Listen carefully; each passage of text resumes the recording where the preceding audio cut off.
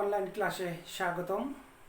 আমরা গতদিন নিউক্লিয়ার পদার্থবিজ্ঞানের নিউক্লিয়ার ভাঙন তথা তেজস্ক্রিয় ক্ষয়সূত্র নিয়ে আলোচনা করেছি। আমরা আজকে এর পরবর্তী অংশ নিয়ে আলোচনা করব। তো গতদিন আমরা শেষ করেছিলাম তেজস্ক্রিয় ক্ষয়সূত্র দ্বারা। আমরা একটু মনে করে দেখি সূত্রটি কী ছিল। কোনো তেজস্ক্রিয় পদার্থের ভাঙনের হার ওই সময়ে অক্ষত পরমাণুর সমানুপাতিক। অর্থাৎ আমাদের গত দিনের সর্বশেষের টপিক ছিল তেজস্ক্রিয় ক্ষয়সূত্র ডিএনডিটি, হল ভাঙনের হার যেহেতু কমতে থাকে প্রপোর্শনাল এন, এবং আমরা এইটা প্রমাণ করেছিলাম dn dt is equal to minus lambda n। ল্যামডাটি ছিল তেজস্ক্রিয় ক্ষয় ধ্রুবক, এবং সর্বশেষ আমরা প্রমাণ করেছিলাম n is equal to n naught e to the power minus lambda t এই সূত্র দ্বারা। তো আজকে আমরা এর পরবর্তী অংশ নিয়ে আলোচনা করব। এর পরবর্তী অংশ হলো অর্ধজীবন।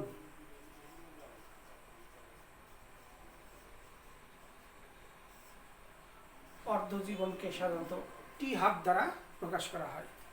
অর্ধজীবন বলতে বোঝায় একটি তেজস্ক্রিয় পরমাণু ভেঙে ঠিক তার অর্ধেক পরমাণুতে পৌঁছাতে যে সময় লাগে সেই সময়কে আমরা অর্ধজীবন হিসেবে আখ্যায়িত করি। আমি আবারও বলছি, একটি পরমাণু তেজস্ক্রিয় ক্ষয়প্রাপ্ত হতে হতে ঠিক তার অর্ধেক পরমাণুতে পৌঁছাতে যে সময় লাগে সেই সময়কে আমরা অর্ধজীবন বলে থাকি। আমরা বলেছি যে এন নট হলো প্রাথমিক অবস্থায় তেজস্ক্রিয় পদার্থের অক্ষত পরমাণু সংখ্যা, এবং এন ছিল যে কোনো সময়ে অক্ষত পরমাণু সংখ্যা। এই এন যদি এন নট ভাগ টু ঠিক তার অর্ধেকে আসে, তাহলে এই ছোট টি ইজ ইকুয়াল টু বড় টি হাফ লেখা যায়। তাহলে এই শর্ত প্রয়োগ করে আমরা কিছুক্ষণ আগে যে তেজস্ক্রিয় ক্ষয়সূত্র তথা রূপান্তর সূত্র লিখেছিলাম, সেটাকে এই শর্ত প্রয়োগ করে আমরা অর্ধজীবনের গাণিতিক ফর্মুলা নির্ণয় করতে পারি। তাহলে আমরা আসি, n is equal to n naught e to the power minus lambda t। আমরা লিখব n is equal to n naught ভাগ 2, t is equal to বড় t হাফ। তাহলে n naught ভাগ 2, n naught e to the power lambda into বড় t half. n naught কেটে যায়, এক কথায় থাকে half e to the power minus lambda t half। আমরা জানি যে এই এক্সপোনেনশিয়াল মানটাকে উঠায় দিতে হলে উভয় পাশে লন নিতে হয়, অর্থাৎ লন এদিকে লন এবং এই পরস্পর নাকচ করে দেয়, অর্থাৎ লন 1 মাইনাস লন 2 is equal to minus lambda t half লেখা যায়। আমরা আবার এও জানি ln 1 is equal to 0, তার মানে minus ln 2 is equal to minus half, minus minus কেটে যায়। তাহলে আমরা লিখতে পারি t half is equal to ln 2 divided lambda। আবার আমরা এও জানি যে ln 2 এর নির্দিষ্ট মান আছে, তাহলে t half is equal to 0.693 ভাগ ল্যামডা। এই হলো t half এর গাণিতিক ফর্মুলা। এই ফর্মুলাটা ব্যবহার করে আমরা বিভিন্ন গাণিতিক সমস্যা সমাধান করব। অনেক সময় এই অর্ধজীবনের ছোট্ট 1 মার্ক বা 2 মার্কের প্রশ্ন আসতে পারে, যে বলা হতে পারে যে ইউরেনিয়ামের অর্ধজীবন 450 কোটি বছর বলতে কি বুঝি? অর্থাৎ একটি ইউরেনিয়াম পরমাণু ভেঙে ঠিক তার অর্ধেক পরমাণুতে পরিণত হতে 450 কোটি বছর সময় লাগবে। অর্থাৎ আমরা যদি সম্পূর্ণ অংশ এক হিসেবে বিবেচনা করি তাহলে 450 কোটি বছর পর হাফ এসে দাঁড়াবে। আরও 450 কোটি বছর পর 1/4 হবে। তাহলে আরও 450 কোটি বছর পর 1/8 হবে, তারপর 16 হবে, তারপর 32 হবে। এইভাবে অসীম কাল পর্যন্ত এর অর্ধজীবন চলতে থাকবে। এবার আসি গড় জীবন।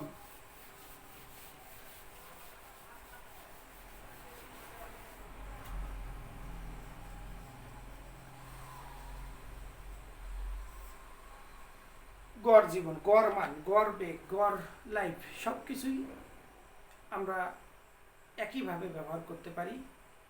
এই গড়টা আসলে দুইভাবে নির্ণয় করা যায়, একটা হলো গাণিতিক গড় এবং আরেকটি হলো ক্যালকুলাসীয় গড়। সাধারণত গাণিতিক গড় যোগ করা হয়, বের করা হয় এভাবে যে সবগুলোর মানকে একত্রিত করে মোট মানের সংখ্যা দ্বারা ভাগ করলে গাণিতিক গড় পাওয়া যায়। ঠিক এরকম আমরা যদি তেজস্ক্রিয় পদার্থের গড় জীবন বের করতে চাই, গড় জীবনকে সাধারণত টাউ, অনেক সময় টাউ বারও লেখা হয়। ইজ ইকুয়াল টু আমরা বলতে পারি, যেটাকে আমরা গাণিতিক গড় বলে থাকি, যে প্রথম পরমাণুর জীবন যোগ দ্বিতীয় পরমাণুর জীবন যোগ এরকম কত n নট সংখ্যক পরমাণু ছিল, তাহলে n নট সংখ্যক পরমাণুর জীবন ডিভাইডেড n নট, অর্থাৎ এই সংখ্যা, এইটা দ্বারা যদি ভাগ করা যায় তাহলে যে গড় মান পাই সেটাকে আমরা গাণিতিক গড় বলে থাকি। এভাবে গড়ের মান নির্ণয় করতে পারি। অথবা টি বার ইজ ইকুয়াল টু আমরা জানি যে ক্ষুদ্রত ক্ষুদ্র সময় ব্যবধানে 0 থেকে টি প্রত্যেকের জীবনের মোট মানকে মোট সময় দ্বারা ভাগ করলে যে গড় পাওয়া যায় তাকে ক্যালকুলাসের গড় বলে। এটাকে আমরা অনেক সময় এই টিটের নিচে না লিখে 1/t আকারেও লেখা হয়। অর্থাৎ এভাবেও বের করা যায়, এভাবেও বের করা যায়। তোমাদের একটি SW রইল, তোমরা বাসায় এই গাণিতিক গড় ব্যবহার না করে ক্যালকুলাসীয় গড় ব্যবহার করে একটা ছোট্ট সম্পর্ক আছে, সেই সম্পর্কটা হলো টাউ ইজ ইকুয়াল টু 1/λ। এই সম্পর্কটা প্রতিপাদন করার চেষ্টা করবা। যদি তোমরা পারো খুবই ভালো, না পারলে অবশ্যই আমাকে বলবা, আমি তোমাদের পরবর্তীতে এটা করে দেওয়ার চেষ্টা করব। অর্থাৎ গড় জীবন, গড় তেজস্ক্রিয় পদার্থের ক্ষয় ধ্রুবকের ব্যস্তানুপাতিক। আমরা একটু আগে টি হাফের ক্ষেত্রে প্রমাণ করেছিলাম টি হাফ ইজ ইকুয়াল টু 0.693 ভাগ ল্যামডা। যেহেতু টাউ ইজ ইকুয়াল টু 1/λ, অর্থাৎ আমরা লিখতে পারি 0.693 টাউ। অর্থাৎ এই অর্ধজীবনের সাথে ক্ষয় ধ্রুবকের যেরকম একটা সম্পর্ক দ্বারা নির্ধারণ করা যায়, আবার অর্ধজীবনকে গড় জীবনের সাথেও একটা সম্পর্ক দ্বারা নির্ধারণ করা যায়। এবং এই ছোট্ট সম্পর্কগুলো আমাদের অনেক সময়ই MCQ প্রশ্নের উত্তর দিতে বা ছোটো ছোটো অঙ্ক করতে সহায়তা করবে, যার জন্য এই সকল ফর্মুলা অবশ্যই আমরা মনে রাখার চেষ্টা করব।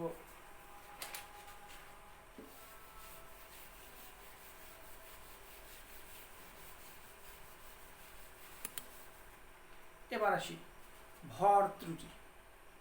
এই টপিকটা তোমাদের কাছে হয়তোবা সম্পূর্ণ নতুন, এটা এর আগে হয়তোবা তোমাদের কখনো পড়া হতে নাও পারে, তবে অবশ্যই এখান থেকে পরবর্তী লাইফে এই জিনিসগুলো খুবই গুরুত্বপূর্ণ। ভর ত্রুটি, যেটাকে মাস ডিফেক্ট বলা হয়। মাস ডিফেক্ট হলো যে একটি নিউক্লিয়ন অর্থাৎ নিউক্লিয়াসের যে সকল উপাদান দ্বারা নিউক্লিয়াস গঠিত হয় তাদেরকে আমরা নিউক্লিয়ন বলি। এই নিউক্লিয়ন তথা নিউট্রন এবং প্রোটনের যোগফল দ্বারা নির্ধারিত। হাইড্রোজেন পরমাণু ব্যতীত অন্য যে কোনো পরমাণুর মধ্যেই একাধিক এই সকল মৌলিক কণিকা বিদ্যমান। এই যে নিউক্লিয়াসের যে ভর, এই ভর যদি এর নিউক্লিয়ন উপাদান সমূহের পৃথক পৃথক যোগফল দ্বারা নির্ধারণ করা যায় তাহলে দেখা যায় যে সামান্য ভরের হেরফের হয়। অর্থাৎ একটি নিউক্লিয়াসের ভর পরিমাপ করা হলো এবং এই নিউক্লিয়াসটি যে নিউক্লিয়ন দ্বারা তৈরি ওই সকল নিউক্লিয়নের আলাদা আলাদা ভর যোগ করলে দেখা যাবে এই নিউক্লিয়নের ভরের চেয়ে নিউক্লিয়াসের ভর কিছুটা কম হয়। এই কমটাকেই বলা হচ্ছে মাস ডিফেক্ট বা ভর ত্রুটি। একেবারে সাধারণ কথা, আমি একটা হিলিয়াম পরমাণু নিলাম 2,4H, স্বাভাবিকভাবেই এই নিউক্লিয়াসের একটা ভর পরিমাপ করলাম, ধরে নিলাম সাপোজ 5 গ্রাম। বাট এই হিলিয়ামের নিউক্লিয়াস আমরা জানি যে 2টা প্রোটন আছে এবং 2টা নিউট্রন আছে। এই 2টা প্রোটন এবং 2টা নিউট্রনকে আলাদা আলাদা যোগ করলে দেখা যাবে যে এর ভর 5.00 সামথিং গ্রাম হয়ে গেছে। অর্থাৎ এর থেকে এর ভর কিছুটা বেশি, এর থেকে এর ভর কিছুটা কম। এই যে কম হলো এটাকেই বলা হচ্ছে মাস ডিফেক্ট বা ভর ত্রুটি, যেটাকে আমরা সমীকরণ আকারে লিখতে পারি। মাস ডিফেক্টকে সাধারণত ডেল এম দ্বারা নির্দেশ করা হয়। আমরা জানি জেড হলো পারমাণবিক সংখ্যা, এ হলো ভর সংখ্যা, এন হলো নিউটন সংখ্যা। একইভাবে এম পি হলো প্রোটনের ভর এবং এম এন হলো নিউটনের ভর। ধরে নিলাম একটি নিউক্লিয়াসের ভর এম, তাহলে মাস ডিফেক্টের ফর্মুলা অনুসারে আমরা লিখতে পারি M minus Z into M P plus N into M N. অর্থাৎ এই ফর্মুলাটা হলো আমাদের মাস ডিফেক্টের ফর্মুলা। এটাকে আমরা এইভাবেও লিখতে পারি এম মাইনাস সেকেন্ড ব্র্যাকেট দিলাম জেড এম পি প্লাস, এর মধ্যে আমরা এইভাবে লিখতে পারি এ মাইনাস জেড মানেই হলো নিউটন, সাথে থাকলো M N second bracket close. তাহলে এইভাবে লিখতে পারি M minus Z M P plus A M N minus Z M N. এটি আরেকটি ফর্মুলা। এবার আরেকটি গুরুত্বপূর্ণ সংজ্ঞা আসি, বন্ধন শক্তি বা বাইন্ডিং এনার্জি।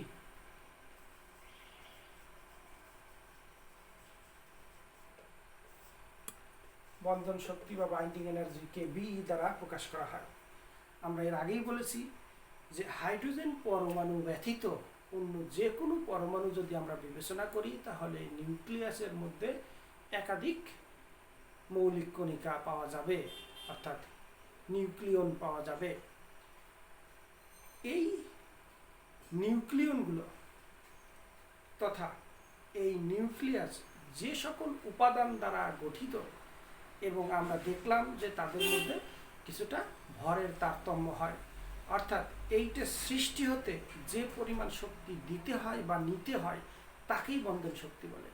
একেবারেই সহজভাবে বললে যে একটি নিউক্লিয়াসকে ভেঙে তার উপাদানগুলোকে পৃথককরণ করতে যে পরিমাণ শক্তি দিতে হয়, বিপরীতক্রমে যে এই সকল নিউক্লিয়ন উপাদানগুলোকে একত্রিত করে একটি নিউক্লিয়াসে পরিণত করতে যে পরিমাণ শক্তি নির্গত হয় একেই বন্ধন শক্তি বলে। আমি আবারও বলছি, খুবই গুরুত্বপূর্ণ একটি সংজ্ঞা।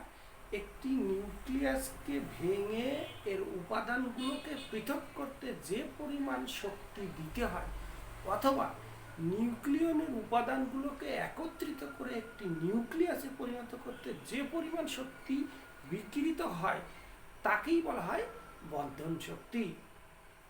এই বন্ধন শক্তি মানেই হলো বিই ইজ ইকুয়াল টু ভর ডিফেক্ট ইন্টু আলোর বেগের বর্গ।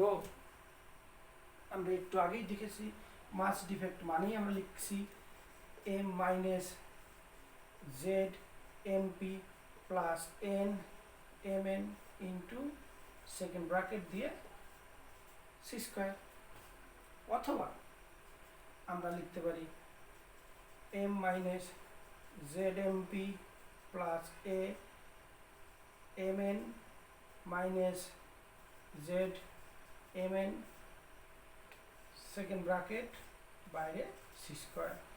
এইগুলো হলো বন্ধন শক্তি নির্ণয়ের ফর্মুলা। এই সকল ফর্মুলাগুলো অবশ্যই আমরা মনে রাখবো, কেননা আমাদের অঙ্কের ক্ষেত্রে এগুলো খুবই খুবই গুরুত্বপূর্ণ।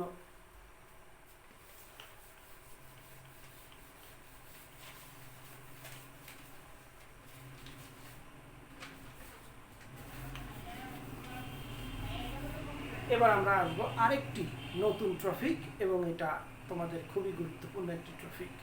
আসলে নিউক্লিয়ার পদার্থবিজ্ঞানের এই সবগুলো অংশই খুব ছোট ছোট, বাট প্রত্যেকটাই খুব গুরুত্বপূর্ণ, কোনোটাকেই আমরা বাদ দিতে পারি না। এবার আসি নিউক্লিয়ার বিক্রিয়া।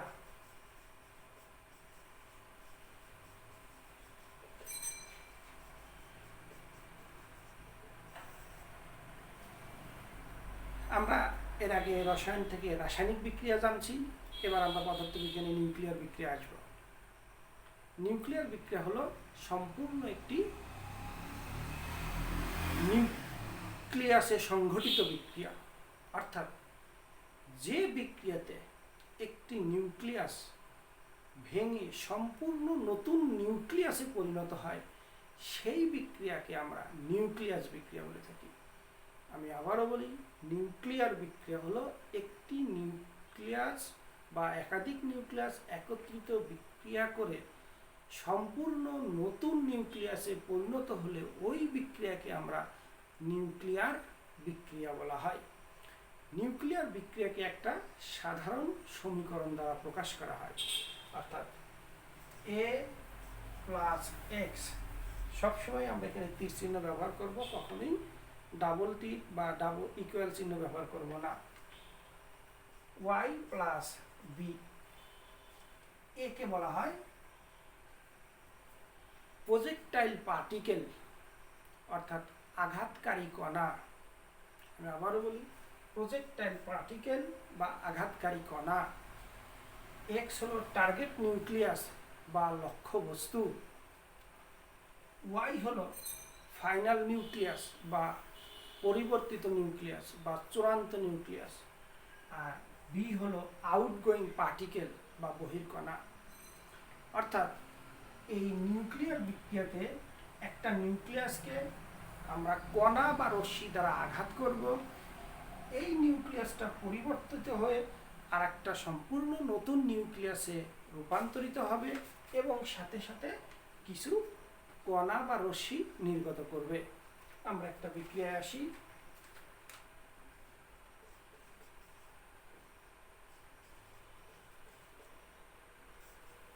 অ্যালুমিনিয়াম 27, একে আমরা আলফা কণা দিয়ে হিট করলাম।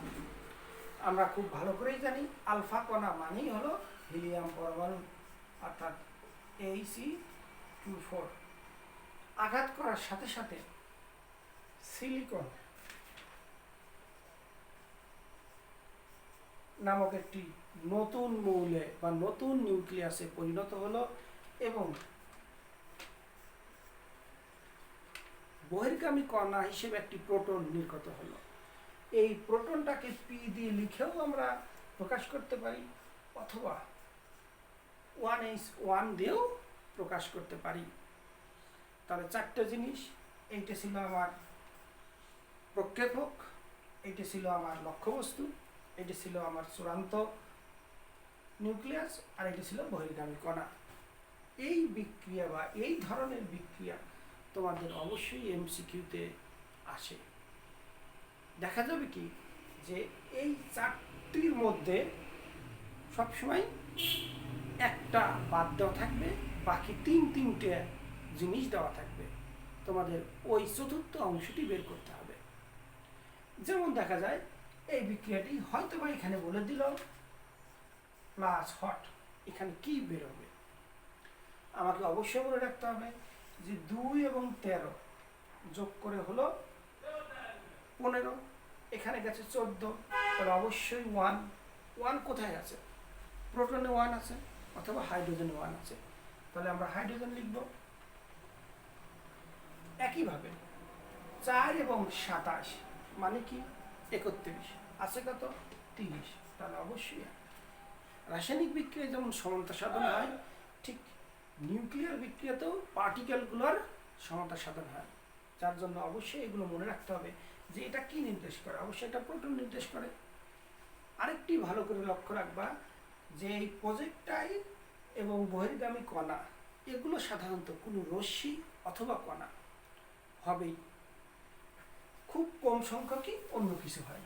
তাহলে সেক্ষেত্রে কি কি আছে আমাদের অবশ্যই মাথায় রাখতে হবে যে বের হতে পারে আলফা, হতে পারে গামা, হতে পারে বিটা। তো আবার আলফা হলে পারেই আমরা জানি হিলিয়াম, বিটা হলেই আমরা জানি ইলেকট্রন, গামা হলেই আমরা জানি নিউট্রন। আবার আসতে পারে যে প্রোটন, তাহলে প্রোটন মানে কি 1 1 1 1 মানে কি অবশ্যই এটা হাইড্রোজেন হতে পারে। আবার হতে পারে 1 2, হতে পারে 1 3, আবার নিউটন মানে কি 0 1। অর্থাৎ এই যে সিম্বলগুলো এগুলো খুবই খুবই গুরুত্বপূর্ণ এই নিউক্লিয়ার বিক্রিয়াতে। যদি তোমাদের সাথে আমাদের ক্লাসে কখনো সাক্ষাৎ হয়, আমি অবশ্যই তোমাদের এই ধরনের অনেক বিক্রিয়া তোমাদের আমি দিব, তোমরা করার চেষ্টা করবা, তখন হয়তো বা বিষয়টা সম্পূর্ণ ক্লিয়ার হয়ে যাবে। এখন হয়তো বা আমি তোমাদের স্পষ্ট নাও বোঝাতে পারি। তো যার জন্য কোনো না কোনো টেক্সট বই দেখে অবশ্যই অনেক বেশি নিজে নিজে লেখা এবং পড়ার অভ্যাস করবা।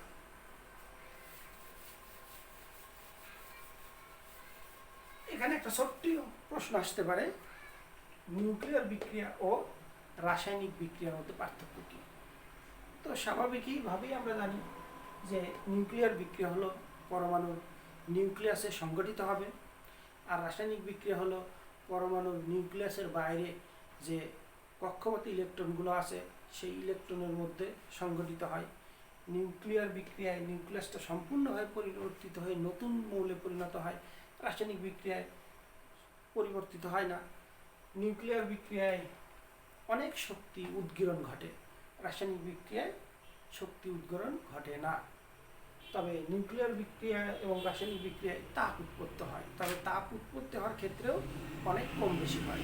এরকম ছোটোখাটো সামান্য পার্থক্যগুলো পড়ার চেষ্টা করব। এবার আসি নিউক্লিয়ার বিক্রিয়ার প্রকারভেদ। নিউক্লিয়ার বিক্রিয়াকে দুই ভাগে ভাগ করা হয়, একটা হলো নিউক্লিয়ার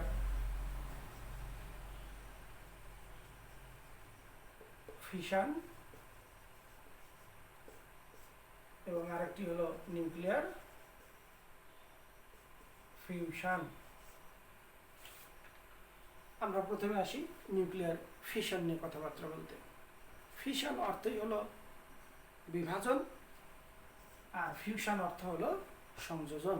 এটা আমরা মনে রাখলেই হবে যে নিউক্লিয়ার ফিশন বিক্রিয়াটা সর্বপ্রথম লক্ষ্য করেন 1939 সালে অটো হ্যান এবং স্ট্রাসম্যান, বিজ্ঞানী দুটোর নাম মনে রাখতে হবে অবশ্যই। নিউক্লিয়ার ফিশন বিক্রিয়াটা প্রথমে অবজার্ভ করেন 1939 সালে অটো হ্যান এবং স্ট্রাসম্যান, এবং তারা লক্ষ্য করেন যে একটি ভারী নিউক্লিয়াসকে যদি কোনো হালকা কণা বা পার্টিকেল দ্বারা যদি আঘাত করা যায়, তাহলে এই ভারী মৌলটি প্রায় সমান দুই ভাগে বিভক্ত হয়ে যায় এবং অনেক শক্তি নির্গত হয়। এই ধরনের বিক্রিয়াকে ওনারা নিউক্লিয়ার ফিশন হিসেবে আখ্যায়িত করল। তাহলে সংজ্ঞাটা কি? একটি ভারী নিউক্লিয়াস ভেঙে প্রায় সমান ভরের দুটি সম্পূর্ণ নতুন মৌলে বা নিউক্লিয়াসে পরিণত হওয়ার বিক্রিয়াকে বলা হয় নিউক্লিয়ার ফিশন, এবং এইতে অনেক শক্তি নির্গত হয়। এবং আমরা জানি যে পারমাণবিক চুল্লি এবং পারমাণবিক বোমা এইগুলোর ক্ষেত্রে নিউক্লিয়ার ফিশন বিক্রিয়া সংঘটিত হয়। এবং আমরা খুব ভালো করেই জানি যে আমাদের ঈশ্বরদীতে বাংলাদেশের একটি সর্ববৃহৎ প্রকল্প রূপপুর পরমাণু কর্মসূচি আছে, ওখানে সাধারণত এই নিউক্লিয়ার ফিশন বিক্রিয়াটা সংঘটিত করা হয়। এবং এখানে কি করা হয়, একটি সাধারণ বা কমন বিক্রিয়া, একটি ইউরেনিয়াম পরমাণুকে একটি নিউট্রন দ্বারা আঘাত করা হয় এবং প্রায় দুইটি সমান ভর বিশিষ্ট নতুন নিউক্লিয়াসে পরিণত হয়, সাথে অনেক শক্তি নির্গত করে। তাহলে আমরা লিখি যে একটি ইউরেনিয়াম 92-235, একে নিউটন, নিউটন মানে কি 0 এদিকে 1, এটা দ্বারা হিট করলে এটি খুব অল্প সময়ের জন্য জটিল যৌগ উৎপন্ন করে। আমরা স্টার চিহ্ন দিয়ে রাখবো, স্টার 92-236, দুইটা মৌল x plus Y plus neutron plus শক্তি নির্গত করে। এই বিক্রিয়ার টোটাল 3টে রূপ আছে বা 3টে ফর্ম আছে, যে দুইটা বেশি প্রচলিত ওই দুইটা আমি লিখব। এবং এই যে দুইটা মৌল এবং নিউটনের তফাৎ, অর্থাৎ কোনো বিক্রিয়াতে 3টে নিউটন পাওয়া যায়, কোনোটাতে 2টে নিউটন পাওয়া যায়, কোনোটাতে 1টা নিউটন পাওয়া যায়, এবং শক্তি প্রায় 200 MeV, প্রায় 200 MeV শক্তি উৎপন্ন করে। অর্থাৎ আমরা দুইটা বিক্রিয়া লিখি, এই জটিল যৌগ হওয়ার পর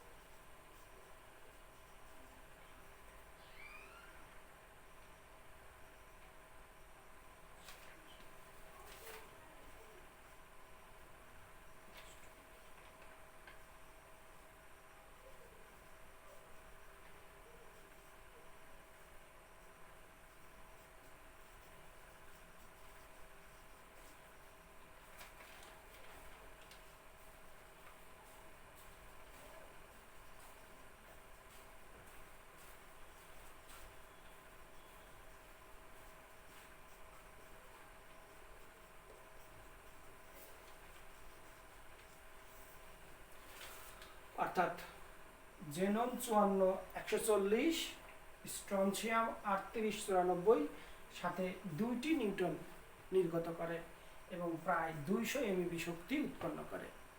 অথবা বেরিলিয়াম 56-144 সাথে ক্রিপ্টন 36-89 এবং এখানে 3টি নিউটন নির্গত করে এবং শক্তি প্রায় 200 MeV শক্তি উৎপন্ন করে।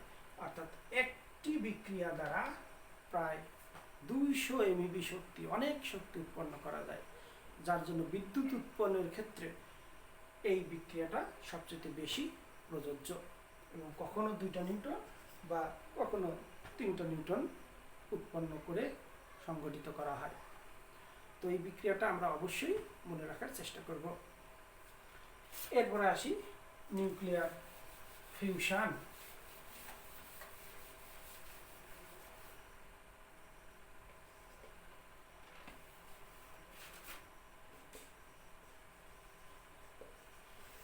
এবং এটা হলো সংযোজন বিক্রিয়া, ঠিক তার উল্টা। অর্থাৎ ফিশনে ভেঙে দুভাগ হয়ে গেল, আলাদা আলাদা নিউক্লিয়াস উৎপন্ন হলো, আর ফিউশনে উল্টা, যে ক্ষুদ্র ক্ষুদ্র পরমাণু বা নিউক্লিয়াসগুলো একত্রিত হয়ে অর্থাৎ সংযুক্ত হয়ে তুলনামূলক একটু বড় নিউক্লিয়াসে পরিণত হয় এবং সঙ্গে সঙ্গে শক্তি নির্গত করে। এই ধরনের বিক্রিয়াকে বলা হয় নিউক্লিয়ার ফিউশন। এবং এই বিক্রিয়াটা সাধারণত সূর্য বা উচ্চ তাপমাত্রায় সংঘটিত হয়। আমরা জানি যে সূর্যের মধ্যে সাধারণত হিলিয়াম বা হাইড্রোজেন এর উপস্থিতি অনেক বেশি। এই হাইড্রোজেন, নিউট্রন, হিলিয়ামগুলো পর্যায়ক্রমে এরা নিয়মিতভাবে বিক্রিয়া করে করে হাইড্রোজেন উৎপন্ন করছে, হিলিয়াম উৎপন্ন করছে, নিউট্রন নির্গত করছে এবং সাথে সাথে শক্তি উৎপন্ন করতেছে এবং এই শক্তি পৃথিবীতে চলে আসছে। এবং আমরা বিশেষ করে হাইড্রোজেন বোমার নামে অনেক বোমার নাম শুনে থাকি। এই সকল বোমাগুলো নিউক্লিয়ার ফিউশনের মাধ্যমে সংঘটিত হয়। আমরা একটা বিক্রিয়া দেখি।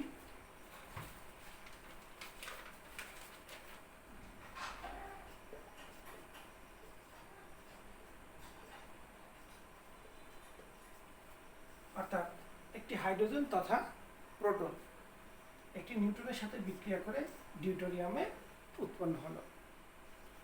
এই ডিউটেরিয়াম অর্থাৎ 1H2 যদি একটা ট্রিটিয়ামের সাথে 1H3 সাথে যদি বিক্রিয়া করে তাহলে দেখা যাবে যে 2,4 হিলিয়াম প্লাস একটি নিউট্রন উৎপন্ন করলো এবং এই বিক্রিয়া থেকে এই নিউট্রন উৎপন্ন হলো। এই নিউট্রনকে আবার হাইড্রোজেনকে আঘাত করে আবার ডিউটেরিয়াম উৎপন্ন করলো, ডিউটেরিয়াম আবার ট্রিটিয়ামের সাথে বিক্রিয়া করে হিলিয়াম উৎপন্ন করলো। এই যে রিসাইকেল, এটা একটা চলমান প্রক্রিয়া। সূর্যের মধ্যে এই চলমান প্রক্রিয়া অবিরতভাবে চলছে আর শক্তি উৎপন্ন করছে। এবং এখানে যেহেতু অনেক বিক্রিয়া একসাথে সংগঠিত হয়, যার জন্য মোট উৎপন্ন শক্তির মান এখানে অনেক বেশি। যদিও প্রত্যেকটা বিক্রিয়ায় 2.23 MeV শক্তি উৎপন্ন হয়। ওখানে একটা বিক্রিয়া উৎপন্ন হয়েছে 200 MeV আর এখানে একটা হয় 2.23 MeV। কিন্তু অনেকগুলো বিক্রিয়া এখানে সংগঠিত হয় বিধায় এগুলোকে একত্রিত করলে দেখা যায় যে নিউক্লিয়ার ফিশনের চেয়েও শক্তির মান বেড়ে যায়। তো যাই হোক, এই হলো নিউক্লিয়ার ফিশন এবং ফিউশন। এবং এখান থেকে তোমাদের একটা প্রশ্ন আসতে পারে যে নিউক্লিয়ার ফিশন এবং ফিউশন বিক্রিয়ার মধ্যে পার্থক্য উল্লেখ করা। তাহলে অবশ্যই আমরা প্রথমে বলবো যে এটি একটি বিভাজন বিক্রিয়া, এটি একটি সংযোজন বিক্রিয়া, অর্থাৎ ভেঙে সমান দুই ভাগে বিভক্ত হয়ে প্রায় আলাদা দুটি মৌল তৈরি করে আর আলাদা আলাদা দুটি ক্ষুদ্র ক্ষুদ্র নিউক্লিয়াস একত্রিত হয়ে একটি বড় নিউক্লিয়াসে পরিণত হয়। শক্তির মান উৎপন্ন করে অনেক বেশি এবং এটা পারমাণবিক বোমা তৈরি করতে ব্যবহৃত হয়, এটা হাইড্রোজেন বোমা তৈরি করতে ব্যবহৃত হয়। এটার একটি বিক্রিয়ার উৎপন্ন শক্তির মান 200 MeV, এটার একটি বিক্রিয়ার শক্তি উৎপন্ন 2.23 MeV। অর্থাৎ এইভাবে আমরা এর পার্থক্য বা এদের আলাদা আইডেন্টিফাই করতে পারি। এবং এই সকল প্রশ্নগুলো অবশ্যই তোমাদের আসে, যার জন্য তোমরা বাসায় এগুলো নিয়মিতভাবে পড়ার চেষ্টা করবে। এবার সর্বশেষ ছোট্ট একটা টপিক আছে, শৃঙ্খলা বিক্রিয়া। অবশ্য অনেক সময় আসে হাইড্রোজেন বোমা, পারমাণবিক বোমা, নাপাম বোমা। নাপাম বোমা সম্পর্কে আমরা অনেকেই জানি না, যেগুলো কি করে যে ঘরবাড়ির কোনো ক্ষতি করে না, শুধু মানুষের ক্ষতি করে, যেটাকে অনেক সময় আমরা বলতে পারি যে কেমিক্যাল অস্ত্র। যে কেমিক্যাল অস্ত্র হিসেবে অনেক সময় এগুলো তৈরি করা হয়। আবার অনেক সময় দেখা যায় যে জীব বেঁচে থাকে কিন্তু ঘরবাড়ি অন্যান্য পরিবেশ নষ্ট হয়ে যায়। অর্থাৎ বোমা তৈরি করার ক্ষেত্রে এই ধরনের কিছু আলাদা বিশেষত্ব আছে। এবার আসি শৃঙ্খলা বিক্রিয়া।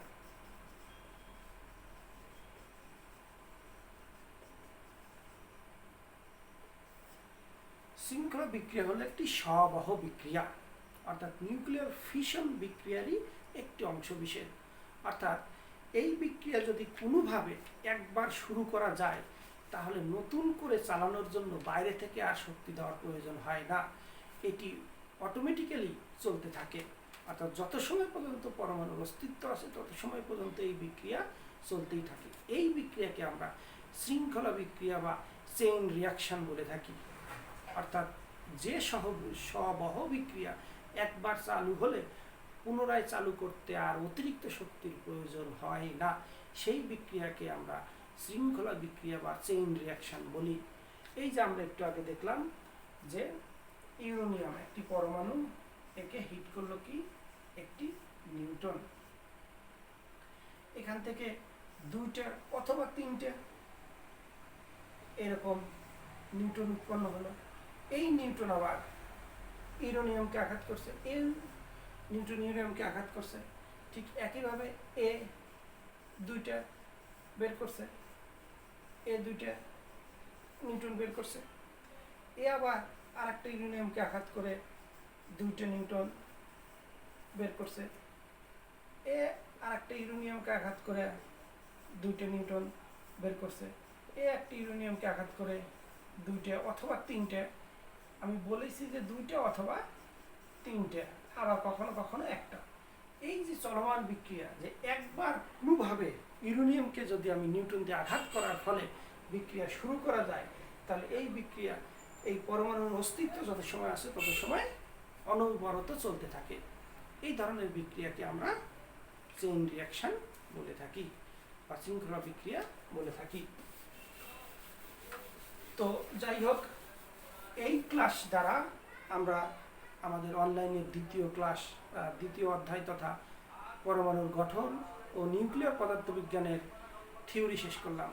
আমি পরবর্তীতে আরেকটি ক্লাস নেব এই অধ্যায়ের গাণিতিক সমস্যা নিয়ে, যার ফলে আমাদের এই অধ্যায় প্রায় শেষ হয়ে যাবে। তো আমি আশা করব তোমরা অবশ্যই ঘরে অবস্থান করছো এবং নিয়মিত পড়াশোনা করছো, এবং আমি আবারও বলছি, তোমরা ঘরে অবস্থান করো, নিয়মিত পড়াশোনা করো, আমাদের জন্য দোয়া করো, আমরা সবাই যেন ভালো থাকি, সুস্থ থাকি এবং এই দুর্যোগ কাটিয়ে আবার অবশ্যই যেন আমরা সবাই ক্লাসরুমে অতি দ্রুত ফিরতে পারি, সেই শুভকামনায় আজ এখানেই। আল্লাহ হাফেজ।